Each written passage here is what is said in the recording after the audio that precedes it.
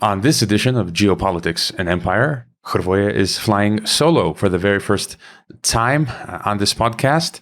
And I'm doing this because of the events in Kazakhstan. I've had a number of people ask me to discuss what's going on in Kazakhstan. And so we'll get into that today, as well as this week. And in the upcoming weeks, I'll be having guests on to analyze the situation in Kazakhstan. And they'll be coming from different perspectives, which is what I really like to do. I like to look at things from a different perspective and have a nuanced analysis. I don't pretend to know definitively, what happened in Kazakhstan, what is happening in Kazakhstan.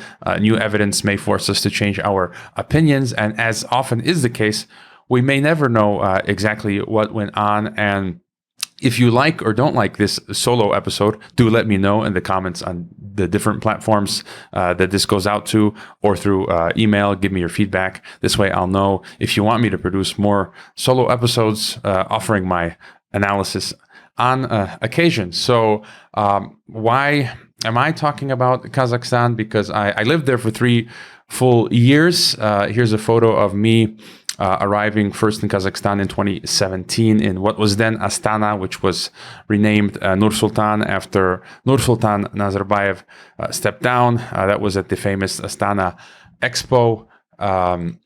Here's me with my balding head touching the geographic center of Asia. I'm attending an international education conference in Astana, which we did every year.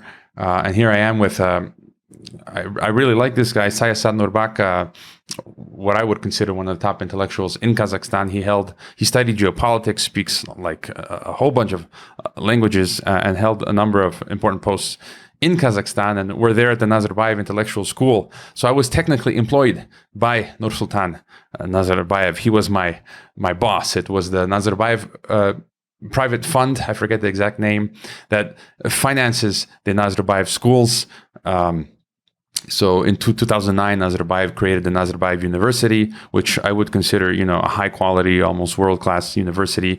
And he created 20 high school elite high schools around the country, which are excellent. The students they're trilingual, right? So English, Kazakh, and Russian. So very intelligent. So that's what I was doing in Kazakhstan. I was employed by Nazarbayev as an educator, teacher, and so on. Here I am hanging out with some Soviet, Afghan war veterans who came to give a talk. And there's me just, going for a stroll in the Polygon, the principal Soviet nuclear test site, 18,000 square kilometer territory in Kazakhstan, where the Cold War began for the Russians, where they dropped more than 500 nukes, and it was just 100 clicks away from where I was living in Kazakhstan, in Semey. Semipalatinsk was where I was living, where the Russian Empire and Soviet Union sent all the dissidents. Dostoevsky spent 5 years in Semey, so I felt I was in good company. As a dissident, I probably would have been sent to Semey if I was Russian or Kazakh. There's just me just hanging out at the Polygon without any protection from the radiation. So, hey, having tea, coffee, vodka. All right. So I wanted the four scenarios basically that we have in Kazakhstan. And I know there are a number of analysts out there saying, this is what happened, that's what happened. And I'm giving a more nuanced approach. My macro view is that one of the narratives is that this was a people's protest or revolt, an organic people's protest. A second view is that this was, on top of that, the poor economic conditions, it was pushback against Covid1984 restrictions that were going on in Kazakhstan. Then we have the color revolution version, which combines with the idea of an internal domestic coup situation. And I just wanted to add on a possibility, which may not be a strong possibility, but it's always there, a false flag operation. So the first scenario is, we can look at all of the mainstream news, Eurasia Net, which is, pretty Western mainstream version. It's financed by, Soros Open Society. And so, you can go to them and you can see the story is that it was a gas price hike that was inevitable. They were going to increase the price at some point, and so that fueled protests, and I'm sure it did. I've spoken to Kazakhs in Kazakhstan, and yes, there were people that came on the streets and they were peaceful. So the people that protesting for economic reasons were peaceful. They had signs. They were in the main squares of the different cities. And so here the main version is that the fuel prices brought people out into the streets. And even here on EurasiaNet, where is it? They say that it's really hard to figure out what's going on. Kazakhstan's unrest narrative derailed by confusion and blackout. So we had the internet go out and so on. So this is one version, that it was a natural, spontaneous kind of protest. A second version that adds on to this is the Covid1984. So Riley Wagaman, who I interviewed not long ago on the podcast, he's got a very interesting take. I love his Substack, where he's saying that the Kazakhs were revolting against the Covid1984 restrictions. So at the Nazarbayev school where I worked, you can't work there anymore unless you are fully vaccinated. Actually, I think in most workplaces now in Kazakhstan, you can't work unless you're vaccinated. It may be like a limit of 20 employees or more. So basically, you can't work unless you're vaccinated. And there were rumors that they were going to force you to be vaccinated in order to do banking and all of these things, which I think is coming everywhere in the world anyways. And so he's been writing articles about how this is the reason for the revolt. My QR code is more anti-NATO than yours, because all countries are applying it, right? It's not like Russia or Kazakhstan or China are any better than the West. Russia's full-on QR codes. Here in Mexico, they just announced yesterday back QR codes for supermarkets in some states. So you can't buy food now without being vaccinated. So, I'm kind of not buying into this as being the primary reason. So I do think there was an organic protest against the economic conditions, which may have overlapped with some COVID complaints, but the Kazakhs that I've spoken to, they're not really bringing this up. And in my former place of employment, everyone complied. Only one person refused to be vaccinated and therefore be fired, rather than take the shot. And so it seems like most people have been thus far generally complying, or at least a critical mass, which we see in most countries. There's just a critical mass or a large portion of people complying with these, whatever the globalist authorities tell us to do. And indeed, there were crazy restrictions. You had this, now they have this Ashuk app in Kazakhstan that gives you a green status only if you are vaccinated, and only lasts 1 year. So I assume every year you must inject yourself with the elixir from Big Pharma. If you don't have green status, you have a blue status, which means you cannot go into shopping malls on weekdays. And again, this trend is just accelerating. And of course, the Kazakh authorities were using COVID app data to investigate businesses. So they would match to see how many people entered into your business, and they could see that using the COVID app, because each person has to scan their COVID certificate entering into your business. So the Kazakh tax people could see, if 30 people walked into your business, and then compare that with your sales receipts. But of course, it doesn't mean someone's going to purchase something if they go into your business. They could just be window shopping. And so this was deemed unlawful. But this just shows you the insanity of the Great Reset, World Economic Forum, COVID insanity. So we've got the natural economic protests, the COVID-1984 protests. For me, that just didn't seem like it was enough to explain what was going on in Kazakhstan. And then we have the Color Revolution story, which, here we have Victoria Nuland, who's one of the key, State Department actors behind a lot of one of many changing characters in the military-industrial complex, American deep state sort of regime. And you've got Brian Berletich, who I've interviewed, just put out yesterday a great 30-minute analysis going deep into a lot of the details of the Color Revolution in Kazakhstan from his angle. He's full on, his views that it's full-on color revolution, so you can check that out.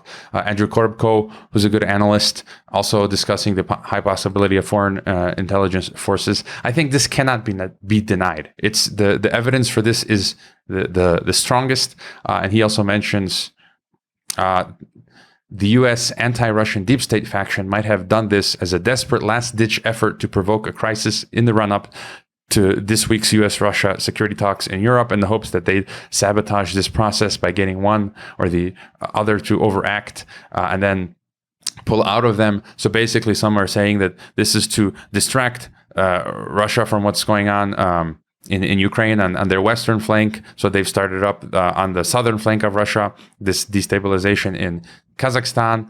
And it's kind of sort of like a last Hail Mary of the West in their hybrid war attack on the East. And because it didn't really succeed, it does seem like a poor last ditch effort by the hand of the West. We can see that Tokayev, the president, has restored order, has declared a coup to have been thwarted. So things seem to be stabilizing now in Kazakhstan. So if it indeed was a color revolution, it was, again, a poor attempt at it. The West is losing their mojo. The color revolution is not really working anymore.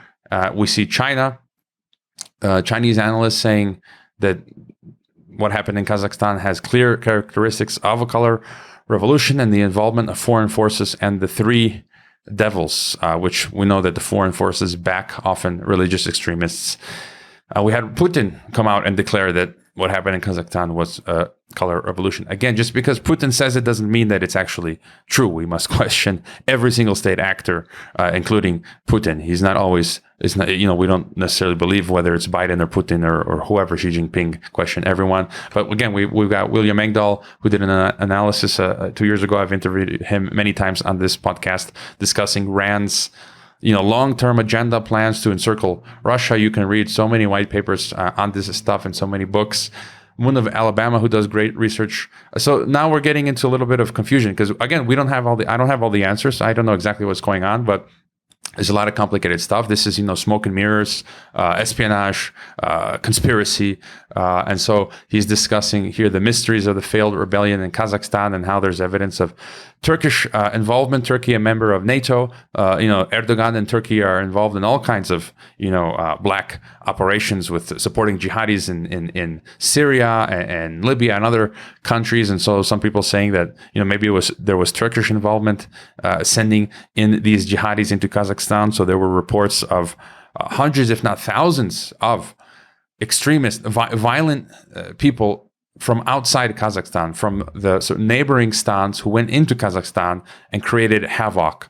There are reports of, they're just burning down the place in Kazakhstan, bombing certain places in Kazakhstan, looting, and even beheadings and assassinations. So, again, this is that's what's going on, and I just lost my spot. And yeah, since I came to Kazakhstan, I've been saying since day one, I couldn't find the exact article, but I was telling people in 2017 when I arrived to Kazakhstan, Kazakhstan is ripe for a color revolution, that there were Russian generals and military saying years ago that the US was going to send their US-sponsored, US-backed, Western-backed, NATO-backed, European-backed ISIS, Al Qaeda. Basically, they are that's the army of the West, ISIS and Al Qaeda. There's the Iraqi general who said that tomorrow ISIS would disappear in Iraq if the West simply stopped financing and arming and training them. And so he was saying that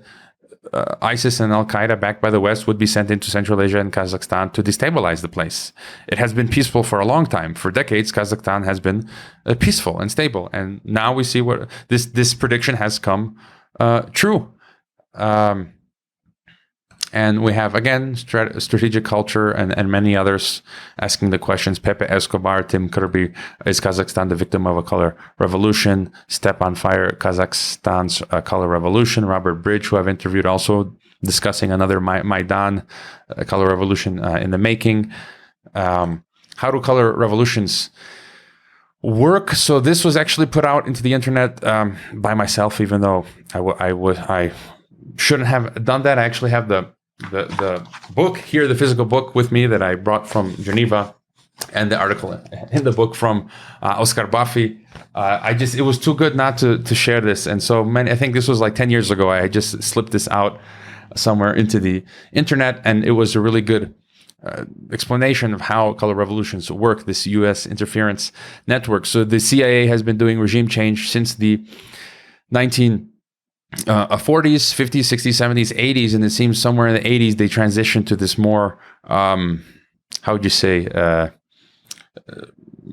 more opaque approach, where instead of doing outright regime changes like the CIA did in, let's say, 1953 Iran with Operation Ajax, the MI6 CIA operation to overthrow Prime Minister Mossadegh in Iran, the CIA created, or the U.S. government established the National Endowment for Democracy, which has 4 sub-branches: International Republican Institute, National Democratic Institute, and so on. And then they work together with Freedom House and the Albert Einstein Institute and the Soros Open Society Institutes. And they, in the many foreign countries, they finance thousands of local NGOs. For example, in Kazakhstan, there are tens of thousands of local NGOs, and I don't know how many are receiving financing from these Western institutions. They receive training, logistics, and positive media coverage. And so you can see the many different examples that came out in Serbia, Georgia, Rose Revolution, Ukraine, Kyrgyzstan, and many, many more countries. In Kazakhstan, we have, again, the Eurasia Net, sponsored by Open Society and the others.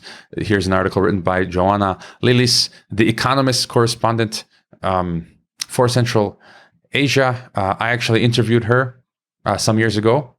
She wrote an interesting book, Dark Shadows. I'd recommend getting that book as a basic background on Kazakhstan. Here we are sitting in my apartment discussing her book and her thoughts on Kazakhstan. And so, in any case, here is Dimash Aljanov being arrested, and he's involved with the Oyan Kazakhstan, Wake Up Kazakhstan movement. But look, it's funny. It's all just I did some research, and I found on his LinkedIn, Dimash Aljanov, you can see here that he was a political program assistant at NDI. Let's go back to that map. NDI is the National Democratic Institute for International Affairs. There you go. So NED. So on his LinkedIn, it says that he it even said until the present. So I don't know how long he's been working there, and he's involved with other such institutions. He worked as a program manager for National Democratic Institute. There you go. So, and another just interesting story. One of my students at the Nazarbayev school wanted to talk about human rights in between classes. So we were talking about human rights, and she shows me this essay. She had been working with a local NGO in Kazakhstan, there in Semey, that's spread out in a whole bunch of different cities in Kazakhstan, and it's called Minsk. And she shows me an essay, and she received a certificate, and in Cyrillic, it was a certificate that came from the National Endowment for Democracy.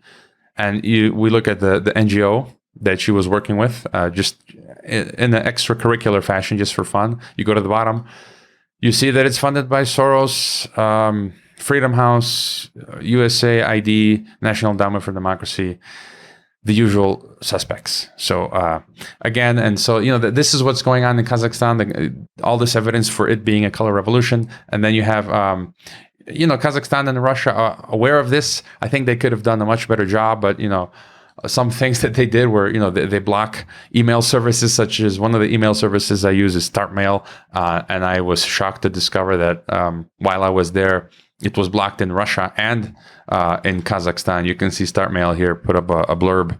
When I told them that it was blocked in Kazakhstan, they said they received reports that we were not able to access our mail in Kazakhstan.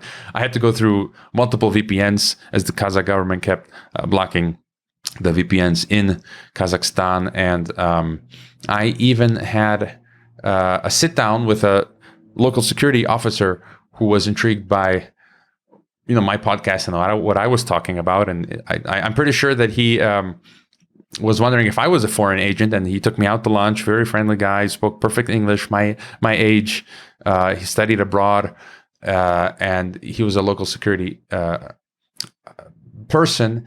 And I think he was vetting me to see if I was a foreign agent or if I was genuinely concerned about Kazakhstan.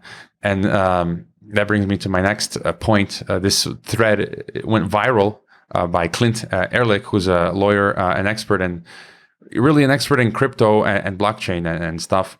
And I reached out to him for an interview, and he said he won't do an interview on Kazakhstan. He's not giving anyone interviews on Kazakhstan because he's not an expert on Kazakhstan.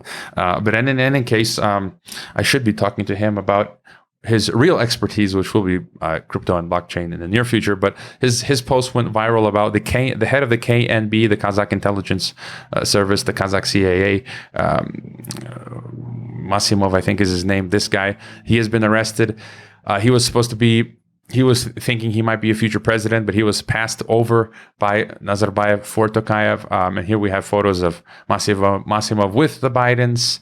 And Clint points out that it was not just, a one-off, that he had a relationship with the Bidens. And he points out that a color revolution always needs an inside man. It needs to be an inside job. And so you need to have someone on the inside in the Kazakh government working with the West to overthrow the country. And so, this is more evidence again that it's a color revolution. Again, Korebko points out that some people are saying that it was not a color revolution, that it was an internal, coup.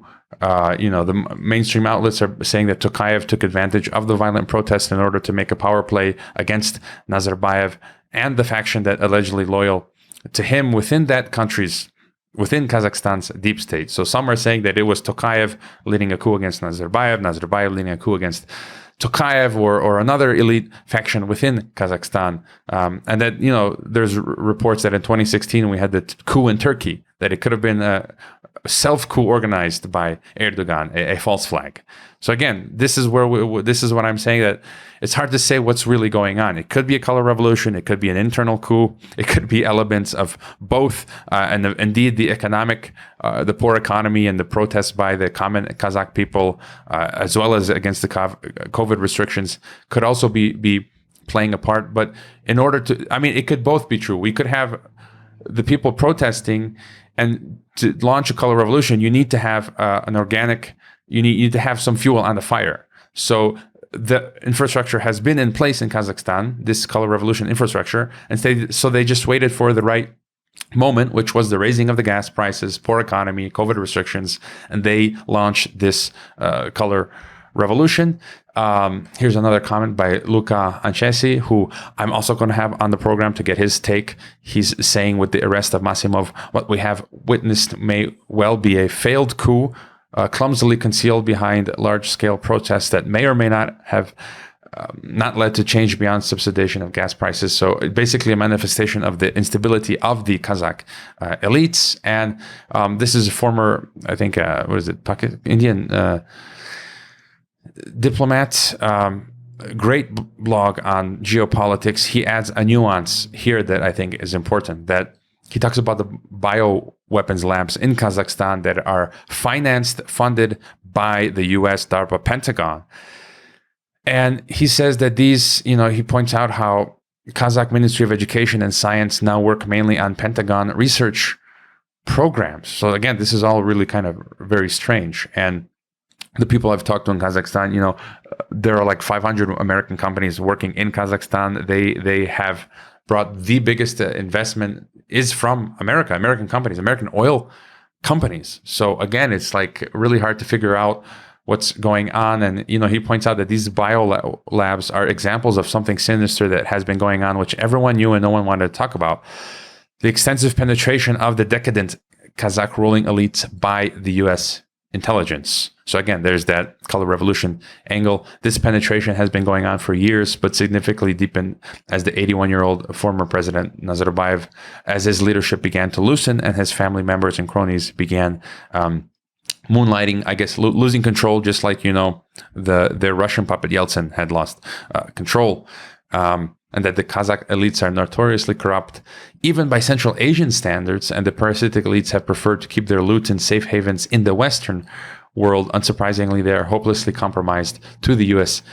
intelligence. It's as simple as that. And so another guest that I've had on, Glenn Deason, just published today. And again, that Kazakhstan shows U.S. influence is on the wane. So I think that indeed does seem to be the case, that these color revolutions are like Hail Marys that aren't working anymore. And it's a demonstration that U.S. is losing its economic and military might.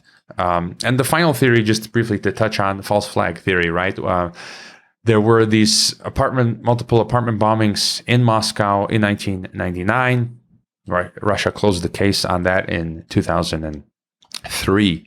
However, I've read this excellent book by John Dunlop, and it convinces me that the Moscow bombings of 1999 were a Russian false flag operation where they blew up multiple apartment buildings with people in them, blaming Chechen terrorists, and it was a great pretext then to go off on a mini war into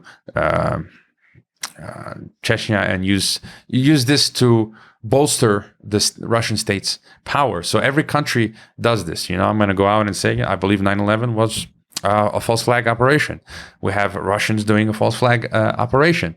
And then we had in 2016 in Aktobe in Kazakhstan, a terrorist incident with a shooter that killed a number of people.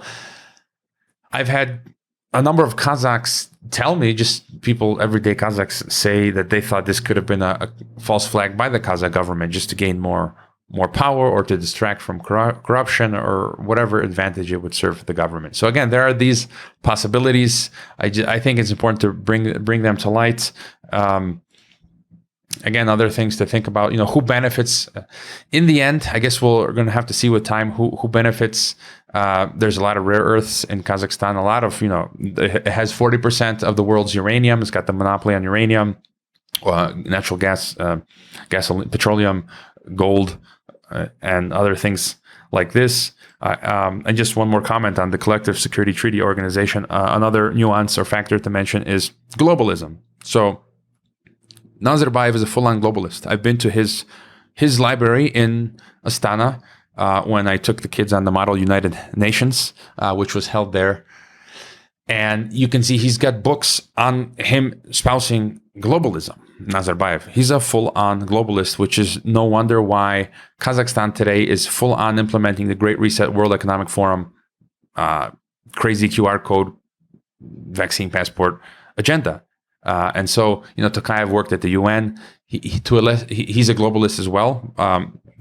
From his comments or writings, maybe not as strong as Nazarbayev, but supposedly the Eurasian Union idea was Nazarbayev's idea. And what else would I say? That there's the globalist idea is to get rid of nation states and to replace them with regional units, and the EU, European Union, is the model. And so I would assume they would want to create something like a regional military apparatus, kind of like NATO. So each region would get its EU. You would have a North American Union, a Latin American Union, which the Mexican President AMLO just a month ago said we need a Latin American version of the European Union. We have already an African Union. So they want to create a Eurasian Union. And this, with the events in Kazakhstan, bolster the reason it bolsters the CSTO as an organization. And there were talks of mentioning, we have this Belarus-Russia union state, this integration of Belarus and Russia. And based on the events in Kazakhstan, I saw headlines of talk of integrating Kazakhstan with this Belarus-Russia union state. So they clearly need a pretext to push forward Eurasian integration, to create a Eurasian Union, just like the EU, just like the Latin American Union, just like the coming, North American Union. So anyways, the mission was accomplished by the CSTO. They're leaving soon. And again, here's just a map of the Eurasian Union that they want to form, and that's just the future of the world. Will be regional supranational unions, no more nation states, and we will be within these regional unions will be ruled by a technocracy that we simultaneously see coming into being. And so I would argue again that Putin and Russia and Nazarbayev and Kazakhstan and China are not our saviors. They are implementing the same agenda in their countries and their region as the globalist West is implementing in our regions. And so that's pretty much my kind of overview of what's going on. I don't pretend, again, to have the definitive answer. It does look like a color revolution attempt with maybe different flavors, maybe indeed was sparked by perhaps the gas prices and some COVID protests, but it was largely driven, the violent aspect of what we saw in Kazakhstan, by these outside forces that benefited from the economic, the economic problems that some people started protesting against. And who knows, maybe it was a false flag, but it just doesn't seem to be the case in this instant. But again, we don't know. I'll leave you with this. We'll have to wait for the fallout to pick up the pieces. And, in terms of fallout, here's one of the photos I took from the Polygon nuclear test site. I'll leave you with that.